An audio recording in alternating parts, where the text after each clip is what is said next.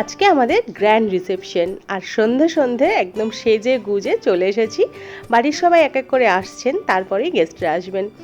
এই যে এক এক করে সবাই আসা শুরু হয়ে গেছে, আর দেন আমাদের এন্ট্রি হলো নতুন বরকনের।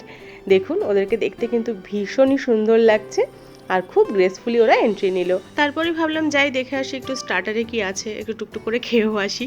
এখানে রয়েছে ক্রিস্পি কর্ন, তার সাথে রয়েছে পনির, এটা পনিরের কি ছিল জানি না, আর সাথে রাবড়ি দিয়ে জিলিপি।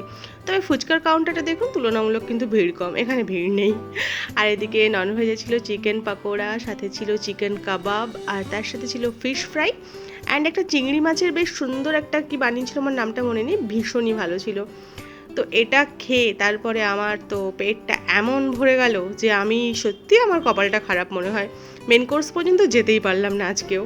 আর 2 মাস ধরে না ডায়েট করে করে এমন হয়েছে, মানে বেশি খেতেই পারি না, পেটেই ধরে না অ্যাকচুয়ালি। আর টেস্টি থাকার জন্য 3-4 পিস চিংড়ি মাছ খেয়ে নিয়েছিলাম। আর আমাদের বরকনেকেও একটু স্টার্টার খাইয়ে দেওয়া হয়েছে, কারণ ওদের তো এরপরে খালি হাসি আর ফটো তোলা কাজ।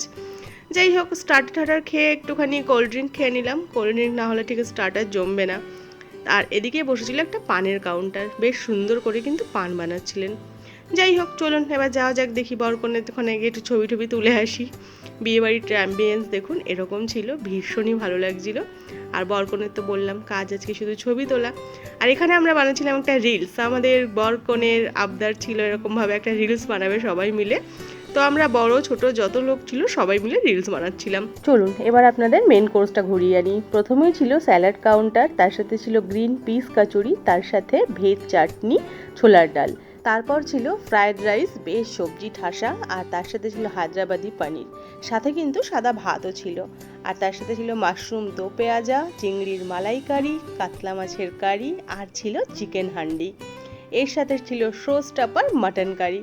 মাটনটা দেখুন একদম গরম গরম সার্ভ করা হয়েছে, বেশ টেস্টি হয়েছিল সবাই বলছিল। আর চিকেন বিরিয়ানির সাথে মাটন কষা তো জাস্ট জমে যায়, আমার তো খুবই ফেভারিট। আর তার সাথে ছিল আমের চাটনি, তারপরে পাঁপড়, আর ছিল রসগোল্লা অ্যান্ড গোলাপ জামুন। আর আইসক্রিমটা কাউন্টারে বসেছিল, এর পাশেই কাউন্টার হয়েছিল আইসক্রিমের। তবে এত খাবার দাবারের মধ্যে জানেন তো এমনই দুঃখ, আমি কিচ্ছু খেতে পারিনি, কারণ শরীরটা একদম ভালো ছিল না। কি আর করব, খাবার বাদ দিয়ে চলে এলাম রিলস বানাতে। দেখুন বিয়েবাড়িতে সবাই আমরা প্রচণ্ড মজা করছিলাম, সবাই মিলে রিলস বানাচ্ছিলাম, খুবই মজা হচ্ছিল। কিন্তু বেশিক্ষণ থাকতে পারিনি শরীর খারাপের জন্য। তো চলুন ভিডিও এখানেই শেষ করলাম, কেমন লাগলো কমেন্ট বক্সে জানাবেন। দেখা হচ্ছে পরে।